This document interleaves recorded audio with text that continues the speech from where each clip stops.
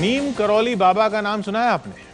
जिन्होंने इनका नाम नहीं सुना वो ये सुनकर जरूर हैरान होंगे कि नीम करौली बाबा ने दुनिया को बेहतरीन आईफोन देने वाली कंपनी एप्पल के स्टीव जॉब्स और फेसबुक बनाने वाले मार्क जुकरबर्ग को आशीर्वाद दिया था। अब दावा यह है कि नीम करौली बाबा के आशीर्वाद से दोनों की दुनिया बदल गई और इस बात का जिक्र जुकरबर्ग ने खुद पीएम मोदी से किया था।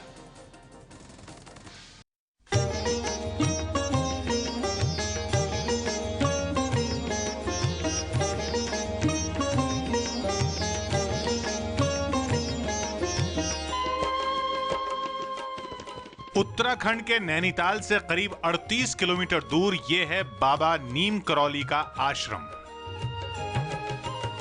देवभूमि कहा जाने वाला उत्तराखंड मंदिरों और आश्रमों से भरा पड़ा है, लेकिन नीम करौली बाबा का आश्रम कुछ ऐसी कहानियों की वजह से चर्चा में आ गया है जो शायद पहले नहीं सुनी गई थी। ऐसी ही एक कहानी स्टीव जॉब्स की है। 48 लाख करोड़ की दुनिया की सबसे बड़ी टेक कंपनी एप्पल के फाउंडर स्टीव जॉब्स नीम करौली बाबा से आशीर्वाद लेने उनके आश्रम कैंची धाम आए थे और स्टीव जॉब्स की सलाह पर ही दुनिया को फेसबुक से जोड़ने वाले मार्क जुकरबर्ग ने भी यहां माथा टेका था। मार्क जुकरबर्ग जब अमेरिका से करीब 8,500 किलोमीटर का सफर करके उत्तराखंड के कैंची धाम पहुंचे थे, तब उनकी फेसबुक कंपनी 17,44,000 करोड़ की नहीं थी और जुकरबर्ग संघर्ष के दौर से गुजर रहे थे। यह बात दुनिया के सामने तब आई जब प्रधानमंत्री मोदी फेसबुक के दफ्तर पहुंचे थे और मार्क ने खुद यह बात मोदी को बताई थी। Before things were really going well and we had hit a tough patch, and I went and I saw one of my mentors, Steve Jobs, and he told me that in order to reconnect with what I believed as the mission of the company, I should visit this temple that he had gone to in India. And so I went and I traveled, having the opportunity to feel how much better the world could be if everyone had a stronger ability to connect, reinforced for me.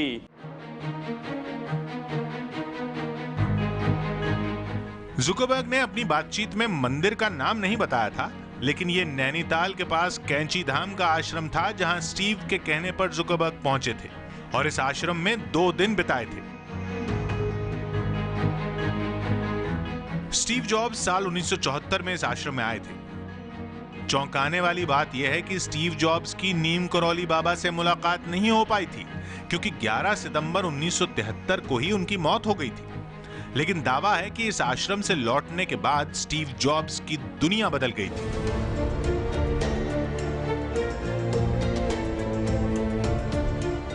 Of course, Steve Jobs came to Kenchi, Neem Karoli Baba Ashram.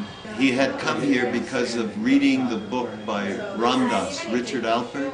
When he went back and eventually started Apple Computer, he incorporated a lot of what he learned here in India. बेरोजगार युवा Steve jobs अपने मित्र Dan कोटके के साथ बाबा नीम करौली के दर्शन करने आए थे। नीम करौली बाबा को मानने वालों में मशहूर हॉलीवुड अभिनेत्री जूलिया रॉबर्ट्स का नाम भी शामिल है।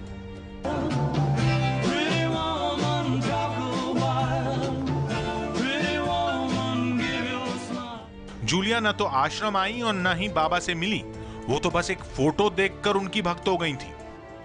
Well, I practice at a lot of things. Hinduism is something that I'm very intrigued by and very interested in. It came from seeing a picture of a guru called Neem Karoli Baba, and I was so drawn to the picture of this person, and I didn't know who he was or what he was about, but felt a very strong interest.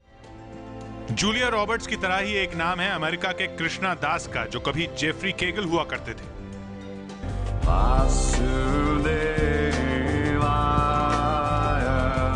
1970 में कृष्णा दास depression और drugs के शिकार हो चुके थे।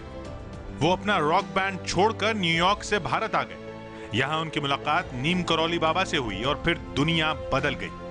वो कीर्तन गाने वालों में बड़ा नाम बन चुके हैं। ग्रैमी अवार्ड के लिए नॉमिनेट हुए थे। 1996 से लेकर अब तक उनके 8 एल्बम रिलीज हो चुके हैं।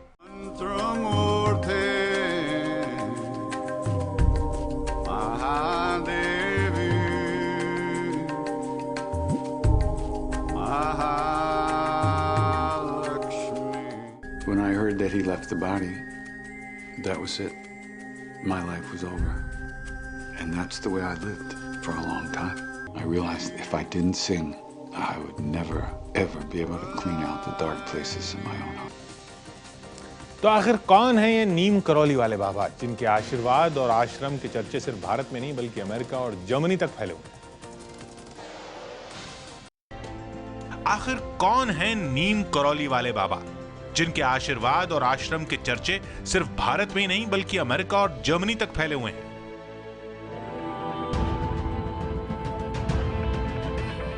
करीब 42 साल पहले नीम करौली बाबा ने दुनिया को अलविदा कह दिया था, लेकिन उनके भक्तों की संख्या में कभी कमी नहीं आई।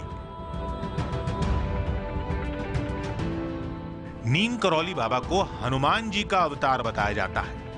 उनकी वेबसाइट पर कलर और ब्लैक एंड व्हाइट दोनों मिलाकर करीब 1300 तस्वीरें मौजूद हैं और लगभग हर तस्वीर में नीम करौली बाबा कंबल ओढ़े हुए ही नजर आते हैं। कहा तो यह जाता है कि 17 साल की उम्र में ही बाबा को ज्ञान प्राप्त हो गया था। कंबल के पीछे की कहानी क्या है ये तो नहीं पता, लेकिन भक्त आश्रम में बाबा को भेंट में कंबल ही चढ़ाते थे। नीम करौली बाबा के वीडियो बहुत ज्यादा नहीं है, लेकिन एक ये तस्वीर सामने आई जिसमें वो अपने शिष्य को थपथपाते हुए राम राम का उच्चारण करते हुए आशीर्वाद दे रहे हैं।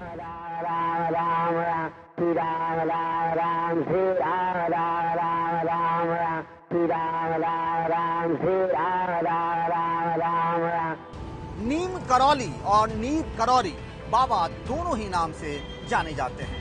कहा जाता है कि साल 1930 में बाबा नीम करौरी नाम के गांव में ठहरे हुए थे और तब से ही उन्हें नीम करौरी बाबा कहा जाने लगा था। उनके भक्त उन्हें महाराज जी के नाम से भी बुलाते थे। उत्तर भारत में तो नीम करौरी बाबा चमत्कारी बाबा के नाम से मशहूर है। और उनके एक नहीं चमत्कार के कई किस्से मौजूद हैं, जैसे एक ही वक्त पर 2 जगह मौजूद होना, पानी से पूरे पहाड़ पर घी के दिए जलवा देना। चमत्कार के एक ऐसे ही किस्से का जिक्र वेबसाइट पर किया गया है।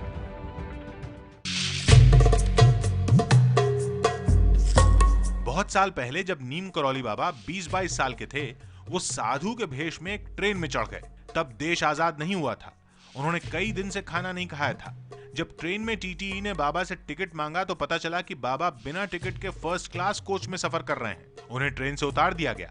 ट्रेन नीम करौरी गांव के पास ही रुकी जहां बाबा रहते थे। दावा कुछ ऐसा है कि बाबा को ट्रेन से उतारने के बाद लाख कोशिश के बाद भी ट्रेन दोबारा नहीं चल पाई, तब तक जब तक नीम करौरी बाबा को खाना खिलाकर उन्हें वापस ट्रेन में नहीं बिठाया गया। नीम करौली बाबा के चमत्कारों पर miracle of life, the divine reality, Anant Kathamrit जैसी किताबें भी लिखी जा चुकी हैं। नीम करौली बाबा के चमत्कारों की कहानी अमेरिका के बाबा रामदास सुनाते हैं, जो कभी रिचर्ड एल्पर्ट हुआ करते थे। रिचर्ड भारत आए और नीम करौली बाबा से मिले थे और करौली बाबा को अपना गुरु बना लिया। नीम करौली बाबा ने ही रिचर्ड को रामदास नाम दिया, मतलब भगवान राम का सेवक। चौंकाने वाली बात यह है कि पहली मुलाकात में रिचर्ड नीम करौली बाबा के पैर नहीं छूना चाहते थे, लेकिन फिर कुछ ऐसा हुआ कि उनकी सोच भी बदल गई और नाम भी। He said, come, this. Sit down. Then he said, you were out under the stars thinking of your mother last night, which, I mean, a Harvard professor, knowing, having been in cognitive research and stuff like that, nothing made me ready for that. नीम करौरी बाबा बनने से पहले वो लक्ष्मी नारायण शर्मा हुआ करते थे। लक्ष्मी नारायण शर्मा का जन्म UP के फिरोजाबाद जिले के अकबरपुर गांव के एक ब्राह्मण जमींदार घराने में हुआ था। बात 1964 की है, जब वो यूपी के फिरोजाबाद के पास एक गांव नीम करौरी गांव में तपस्या करने पहुंचे थे। यहीं पर उन्होंने कैंची धाम मंदिर की स्थापना की। आज भी हर साल 15 जून यानी स्थापना के अवसर पर मेला आयोजित किया जाता है। मेले में लाखों की संख्या में भक्त पहुंचते हैं। तो मैं थोड़े दिन कई साल पहले हल्द्वानी पोस्टेड था, तो अक्सर आया करता था यहाँ पर। इधर मैं 15 मैं 2-3 साल से आ रहा हूँ। नैनीताल में कैंची धाम आश्रम के अलावा देश भर में नीम करौली बाबा के करीब 48 मंदिर बनवाए गए। नैनीताल, ऋषिकेश, गुजरात, वृंदावन, लखनऊ, शिमला और दिल्ली में भी बाबा के मंदिर हैं। ये तो हुई देश की बात, अब जरा विदेश के बारे में जान लीजिए। अमेरिका और जर्मनी समेत कई जगह बाबा के मंदिर बनवाए गए हैं। I wanted to learn more about Maharaji, so I came here to the mandir and I've learned so much every day. आज भी नीम करौली बाबा के आश्रम में विदेशी सैलानियों का तांता लगा रहता है। हर साल अमेरिका, फ्रांस और ब्रिटेन जैसे देशों से भक्त यहाँ पहुंचते हैं। और अब इसलिए सुर्खियों में क्योंकि जैसा हमने आपको बताया, फेसबुक के मार्क जुकरबर्ग यहाँ आए थे। उन्होंने प्रधानमंत्री मोदी से इसका जिक्र किया। उससे पहले स्टीव जॉब्स आए थे।